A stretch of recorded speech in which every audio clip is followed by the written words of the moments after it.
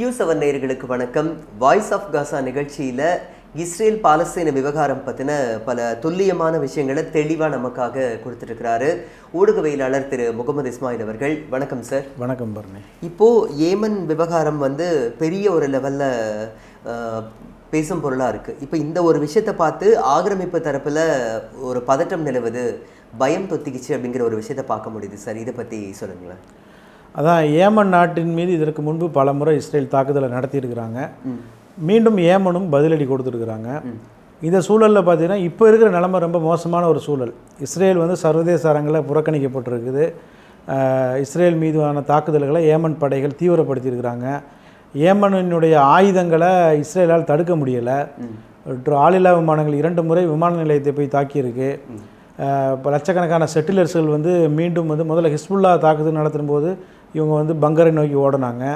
அதற்கு பிறகு ஈரான் தாக்குதல் நடத்தும் போது பங்கர்களை நோக்கி போனாங்க. இன்றைக்கி ஏமன் படைகளின் தாக்குதலுக்கும் அவர்கள் பங்கரை நோக்கி போகக்கூடிய ஒரு நிலைமை ஆகிடுச்சு. நல்லா நீ யோசிச்சு பாருங்கள். இன்றைக்கி நாமெல்லாம் வேலை செஞ்சிட்ருக்குறோம். நமக்கு வேலை செய்கிறதுக்கு சாப்பிட்றதுக்கு அதுக்கு இதுக்குமே நேரம் சரியாக இருக்கும். அடிக்கடி சைரன் ஒழிக்கும் போது பங்கரில் போய் ஒழிஞ்சிட்டு இருந்தால் வேலை எப்படி நடக்கும்? அப்போ அந்த மாதிரி ஒரு சூழலில் தான் இஸ்ரேல் தள்ளப்பட்டிருக்கு. இப்போ என்னென்னா, இந்த காசா போருங்கிறது ஃபைனல் ஸ்டேஜுக்கு வந்துடுச்சு. இன்றைக்கி பேச்சுவார்த்தை நடத்தி அவங்கள கைதிகளை வீட்டுக்கு கொண்டுட்டு இந்த இனப்படுகொலை நிறுத்துவதற்கு பதிலாக பெஞ்சமின் நெதன்யாகு புதிய சிக்கல்களை போய் எழுதிட்டு இருக்கிறார்.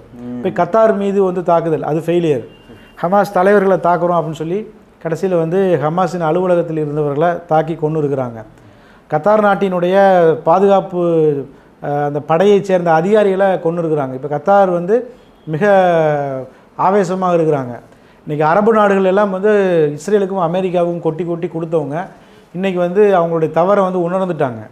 இப்போ எவ்வளோ தான் பாம்புக்கு பால் ஊற்றினாலும் அது எப்படின்னா நம்மளை கொத்த தான் போகுது அப்படிங்கிற ஒரு முடிவுக்கு வந்திருக்கிறாங்க. இந்த சூழலில் ஏமன் மீது தாக்குதல் நடத்துகிறோம் அப்படின்னு சொல்லி இஸ்ரேல் விமானங்கள் போய் அட்டாக் பண்ணியிருக்கிறாங்க.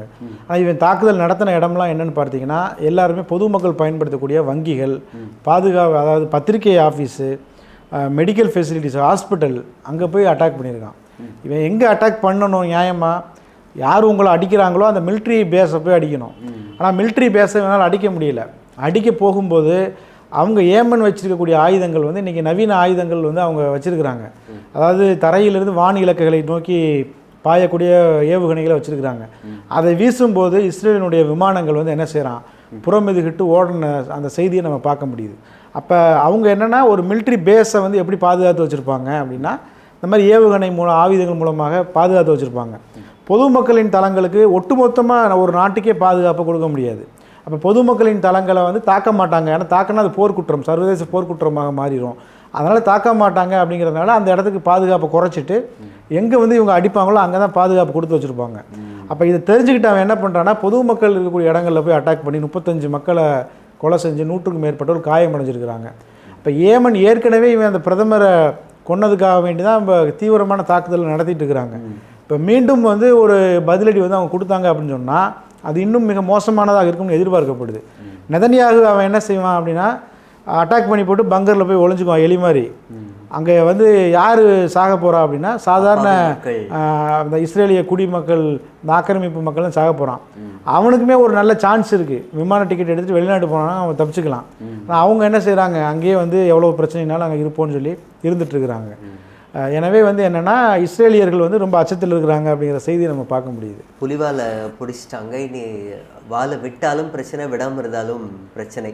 சார், இப்போ ஒரு இஸ்ரேலிய ஆதரவாளர் ஒருத்தர் பல்கலைக்கழக விழாவிலேயே சுட்டு கொல்லப்பட்ட ஒரு சம்பவம் ஒரு பெரிய அதிர்ச்சிக்குள்ளான ஒரு விஷயமா இருந்துட்டுருக்கு. இதுக்கான பின்னணி என்ன?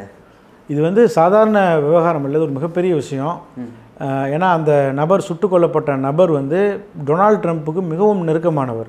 டொனால்டு ட்ரம்ப்பினுடைய கேம்பெயின்ஸில் அவருடைய ரோல் ரொம்ப முக்கியமாக இருந்திருக்குது கடந்த தேர்தலில். ஆனால் அந்த நபர் யாருன்னா, இஸ்ரேல் ஆதரவாளர். அவர் இஸ்ரேல் நடத்தக்கூடிய இனப்படுகொலைகளை ஆதரிக்கக்கூடியவர். காசா மக்களுக்கு எதிராக, அப்பாவி பெண்கள் குழந்தைகளுக்கு எதிராக மிகப்பெரிய அளவில் அதுக்கு ஆதரவாக பேசியவர். இந்த நபர் எப்படின்னா, ஒரு மிகப்பெரிய ஒரு தீய சக்தி. அதாவது எத்தனையோ அப்பாவி பெண்கள், எந்த தவறும் செய்யாத பெண்கள், குழந்தைகள் கொல்லப்படுறாங்க. அதை ஒருத்தன் ஆதரித்து பேசுகிறான் அப்படின்னா அப்போ அவன் எவ்வளோ கொடூரமானவனாக இருப்பான். அந்த கொலை செய்யக்கூடிய அந்த கொலைகாரர்களை விட கொடூரமானவன் இவன். எனவே இவன் உயிர் வாழ்வதற்கு தகுதி இல்லாத. பட் எதுவுமே சட்டப்பூர்வமாக நடக்கணும். எதுவும் யாருமே ஆயுதத்தை கையில் எடுத்து வன்முறை வந்து கையில் எடுப்பதை நம்ம அனுமதிக்க முடியாது, யார் அதை ஏற்றுக்கொள்ள முடியாது அப்படின்னாலும் கூட இது வந்து ரேர் கேஸ். இந்த மாதிரி நபர்கள் வந்து உயிர் வாழ்வதற்கு தகுதி இல்லை. இவன் வாழக்கூடிய ஒவ்வொரு நாளுமே பல ஆயிரக்கணக்கான மக்களின் உயிருக்கு இவன் அச்சுறுத்தலாக இருக்கிறான். ஆனால் பட் இவனை யார் கொலை பண்ணா அப்படிங்கிறது தெரியல. அந்த நாட்டில் உள்ள எதிர்க்கட்சிகளை சேர்ந்தவர்களா அல்லது வந்து என்ன அப்படிங்கிறது தெரியல. ஒருவேளை இவன் கூட இருந்தவனே அவனாவது போட்டு தள்ளிட்டானா என்னங்கிறது தெரியல. அது விசாரணை நடந்துகிட்ருக்கு. அது என்னங்கிறது பின்னால் தான் தெரிய வரும். Okay sir. இப்போ அதே மாதிரி ஆக்கிரமிப்பு படையில் இருக்கிறவங்க அடிக்கடி தன்னோட உயிரை மாச்சுக்கிறதோ தற்கொலை பண்ணிக்கிறதோ ஒரு விஷயத்தை வந்து பார்க்குறோம். சமீபத்தில் கல்யாணம் நடக்கக்கூடிய தருணத்தில் இருந்த ஒரு புது மாப்பிள்ளை கூட அந்த ஒரு மன உளைச்சலை தற்கொலை பண்ணிக்கிட்டாருங்கிற ஒரு செய்தி வந்து பார்க்க முடிஞ்சுது. அதனுடைய பின்னணி பற்றி சொல்லுங்களேன். தற்கொலைகள் வந்து பொதுவாக ஆதரிக்க முடியாது. அதே நேரம் வந்து கெட்ட விஷயத்தில் ஒரு நல்ல விஷயம் அப்படிங்கிற மாதிரி இந்த மாதிரி நபர்கள் உயிர் வாழ்ந்தானா இவன் இன்னும் பல அப்பாவிகளை கொல்லத்தான் போகிறான். ரெண்டாவது இவனுக்கு கல்யாணம் ஆனதுக்கப்புறம் இவன் தற்கொலை போயிருந்தானா அந்த பெண் வாழ்க்கையை தான் வீணாக போயிருக்கும். அதனால் கெட்டதுலேயே ஒரு நல்ல விஷயமாக தான் இதை நம்ம பார்க்க முடியும். ஏன்னா இவங்க வாழ்வதற்கு தகுதியே இல்லாதவங்க. அப்பாவி பெண்கள் குழந்தைகளை வந்து கொன்று குவிக்கிறான், கேள்வி கணக்கே இல்லாமல் கொன்று குவிக்கிறான். ஒரு ஊரவே வந்து அழித்து கட்டடங்களை இடித்து, ஹாஸ்பிட்டல் இல்லை, மக்களுக்கு தண்ணி இல்லை, மின்சாரம் இல்லை. இன்றைக்கி நம்மலாம் ஒரு மொபைலில் சார்ஜ் குறைஞ்சிருச்சா இன்றைக்கி பதற்றம் அடைகிறான். இன்றைக்கி நேபாளத்தில் பாருங்கள், நேபாளத்தில் சோசியல் மீடியாவை தடை விதிச்சதுக்காக அந்த ஊரவே எரிச்சிட்டாங்க. பிரதமரே பதவி விலகிட்டார். 35-40 பேர் செத்து போயிட்டான். பல நூற்றுக்கணக்கான காயமடைஞ்சிட்டாங்க. அமைச்சர்கள்லாம் ராஜினாமா பண்ணிட்டாங்க. நாட்டின் தலையெழுத்தே மாறிடுச்சு. எதுக்காக? சோசியல் மீடியாவை தடை பண்ணதுக்காக. ஆனால் இவன் எவ்வளோ நாள் தடை பண்ணியிருக்கான்? ஒரு வாரம் கூட ஆகலை தடை பண்ணி. அப்போ வந்து மக்கள் எந்த மாதிரி உலகத்தில் வாழ்ந்துட்டுருக்குறாங்க. ஆனால் இவன் வந்து அந்த காசாவை எப்படி மாற்றி வச்சுருக்கான்னு பாருங்கள். அப்போ என்னென்னா இவர்கள்லாம் வாழ்வதற்கு கொஞ்சம் கூட அருகதே இல்லாதவங்க இவங்க.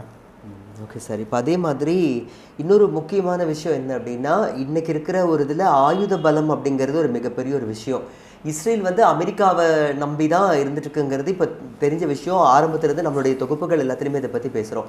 இப்போ இவ்வளோ தூரம் இந்த போர் நடத்தியும் கூட, சண்டை நடத்தியும் இந்த ஆயுதம் வந்து மறுபடியும் வருதுன்னா இதுக்கான சப்ளைக்கு வந்து அப்படி எவ்வளோ தான் அவங்க வந்து செலவழிச்சிட்டு இருக்காங்க ஒரு தோராயம்? அதுதான் நம்ம இந்த விஷயத்தை ரொம்ப நாளாக பேசிகிட்டு இருக்கிறோம். நம்ம வந்து இஸ்ரேல் வேறு, அமெரிக்கா வேறு, ஐரோப்பிய நாடுகள் வேறு அப்படின்னு நம்ம பிரித்து பேசுகிறதுக்கு பார்த்தீங்களா, இது வந்து ஒரு தியரி, இது வந்து ஒரு யுக்தி. அதாவது இஸ்ரேல் வந்து இவ்வளோ அழிச்சாட்டியம் பண்ணுறான் எல்லாம் பண்ணுறான்னா அந்த கோபம் வந்து இஸ்ரேல் மேலே தான் நமக்கு போகும், நெதன்யாகு மேலே தான் போகும். பட் இதெல்லாம் யுக்திகள் தான். உண்மையாகவே நெதன்யாகுங்கிறவன் தனி நபர் கிடையாது. அது வந்து ஒரு சிஸ்டம். அந்த சிஸ்டம் யாருக்காக வேலை செய்யுதுன்னா இந்த அமெரிக்காவுக்காகவும் இந்த ஐரோப்பிய நாடுகளுக்காகவும் இந்த வெள்ளையர்களுக்காகவும் தான் அந்த சிஸ்டம் வேலை செய்யுது. அந்த சிஸ்டத்தில் அவன் ஒரு அடியாள், அவ்வளோதான். அப்போ அவனுக்கு தேவையான அந்த அடியாளுக்கு தேவையான ஆயுதங்களை இவங்க தான் கொடுப்பாங்க, அமெரிக்கா தான் கொடுப்பாங்க. ஆனால் அமெரிக்கா வந்து வெளி உலகத்தில் நாங்கள் இந்தியா பாகிஸ்தானை போராட்டம் நடத்தணும், நாங்கள் சமாதானத்தை விரும்புகிறோம் இப்படிலாம் வெளியில் சொல்லிக்குவான். உலகத்திலே நாகரிகமானவங்க நாங்கள் தான். நாங்கள் போகிற ட்ரெஸ்ஸுலாம் வந்து நீங்கள் உலகமே ஃபாலோ பண்ணணும். நாங்கள் அறவர பெண்களுக்கெலாம் அறவர ட்ரெஸ் போடுவோம், அதை தான் நீங்கள் உங்கள் ஊரில் பெண்களாக ஃபாலோ பண்ணால் அவங்க அது நாகரிகம். நாங்கள் போடுற ஆண்கள் போடுற ஆடை நீங்கள் அணிஞ்சிங்கன்னா உங்களுக்கு நாகரிகம். நாங்கள் போடுற செருப்பு அணிஞ்சிங்கன்னா நாகரிகம். நாங்கள் குடிக்கிற காஃபி நீங்கள் குடிச்சிங்கன்னா அது நாகரிகம். நாங்கள் சாப்பிட்ற கேஎஃப்சி சாப்பிட்டீங்கன்னா அது நாகரிகம் அப்படின்னு சொல்லி வச்சுருக்கோம். ஆனால் உண்மையிலே இவன் மனுஷனே கிடையாது, மிருகம்.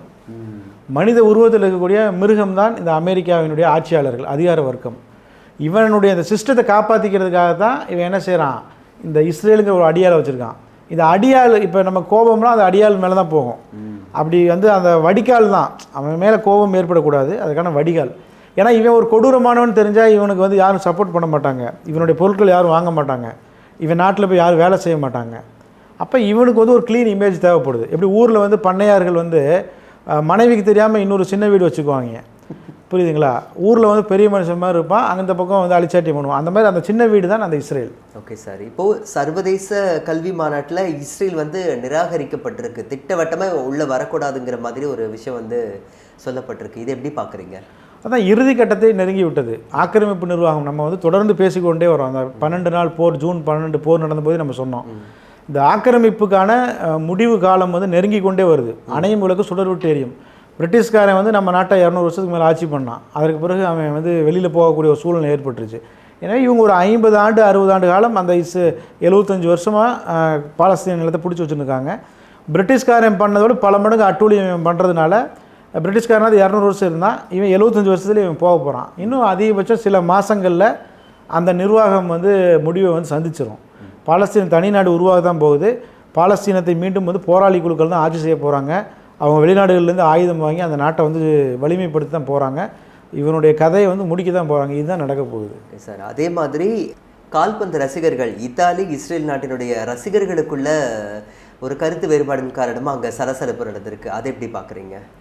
அதான் இனிமேல் வந்து நான் வந்து இஸ்ரேல் நாட்டை சேர்ந்தவன் அப்படின்னு சொல்லி அந்த நாட்டை சேர்ந்தவர்கள் யாருமே வெளியில் போய் சொல்லவே முடியாத ஒரு நிலையை நெதன்யாகு ஏற்படுத்தி வச்சுருக்கிறார். அதாவது அக்டோபர் 7ஆம் தேதி ஹமாஸ் அட்டாக் பண்ணாங்க. ஹமாஸுக்கு வந்து இவங்க வந்து ஒரு சர்வதேச விதிகளை பயன்படுத்தி அதை எப்படி டீல் பண்ணியிருந்தாங்க அப்படின்னு சொல்லி சொன்னால் இது வந்து பிரச்சனை இல்லை. அது வந்து இஸ்ரேலுக்கு வந்து ஒரு பாசிட்டிவாக முடிஞ்சிருக்கும். இஸ்ரேல் வந்து யூதர்களுக்கு தனி நாடு வேண்டும், எங்களுக்கு பாதுகாப்பு இல்லை, இப்படிலாம் சொன்னாங்கல்ல, இதெல்லாம் வந்து அவங்க ப்ரூஃப் பண்ணக்கூடிய விதமாக அவங்களுக்கு சாதகமாக முடிஞ்சிருக்கும். ஆனால் இவன் வந்து நாங்கள் பதிலடி கொடுக்குறோம், ஹமாஸை ஒழிக்கிறோம் அப்படின்னு சொல்லி இவன் வந்து கிட்டத்தட்ட உலகம் முழுக்க இவனுக்கு எதிரியில் சம்பாதிச்சு வச்சிட்டான். காசாவில் மட்டும் இல்லை, இவன் சொல்கிறான் ஹமாஸை ஒழிக்கிறேங்கிறான். அடை உலகம் முழுக்க 200 கோடி 300 கோடி மக்கள் உனக்கு எதிராக மாறிட்டாங்க. ஹமாஸ் அங்கே வெறும் 30,000 பேர் தான். இன்றைக்கி 300 கோடி 400 கோடி மக்கள் உனக்கு எதிராக மாறிட்டாங்க. அது வந்து அவனுக்கு தெரியல. அவன் ஹமாஸை போய் ஒழிக்க இன்னும் அதாவது ஒழிச்சானா ஒழுங்கானா அதையும் அவனால் ஒழிக்க முடியல. இவ்வளோ நாளாக சண்டை போட்டு இப்போ தான் சொல்கிறான் இப்போ 30,000 பேர் இருந்தாங்க, அதில் 10,000 பேர் நாங்கள் கொண்டுட்டோம், இன்னும் 20,000 பேர் இருக்கிறாங்கிறான். இந்த 10,000 பேரை கொள்றதுக்கு பொதுமக்கள் 50,000 பேர்த்தை கொண்டுட்டான். அப்போ மீதி உள்ளவங்களை கொள்றதுக்கு இன்னும் எவ்வளோ பேரை கொல்ல போகிறான்? அப்போ இது எல்லாத்தையும் உலக மக்கள் பார்த்துட்டு இருக்கிறாங்க. ஆட்சியாளர்கள், அதே போல் மீடியாக்கள், அதே போல் அவன்கிட்ட வந்து காசை வாங்கிட்டு பிழைப்பு நடத்தக்கூடியவர்கள் வேணால் அமைதியாக இருந்து அவனை சப்போர்ட் பண்ணலாமே தவிர சாதாரண மக்கள் எல்லோருமே வந்து இஸ்ரேல்லாம் என்னங்கிறத தெரிஞ்சுக்கிட்டாங்க. இன்றைக்கி எப்படின்னா ஒருத்தன் வந்து ஜப்பானில் போய் ரூம் போடுறான், இதில் ஹோட்டலில். அந்த ஓனர் கேட்குறாரு எந்த ஊர் அப்படிங்கிறாரு. இஸ்ரேல்னு சொன்னால் அப்படியே வெளியில் போயிருங்கிறாரு. இன்னொரு பக்கம் ஆஸ்திரேலியா ஒருத்தர் முடிவெட்ட தான் போகிறான். அந்த அம்மா கேட்குறாங்க நீங்கள் எந்த ஊர் அப்படின்னு கேட்டோன்னா நான் இஸ்ரேல் அப்படின்னு உனக்கு முடிவு வெட்ட மாட்டேன்னு சொல்லி அங்கேயே அவனை என்ன செய்கிறாங்க, கழுத்தை பிடிச்சி வெளியில் தள்ளுறாங்க.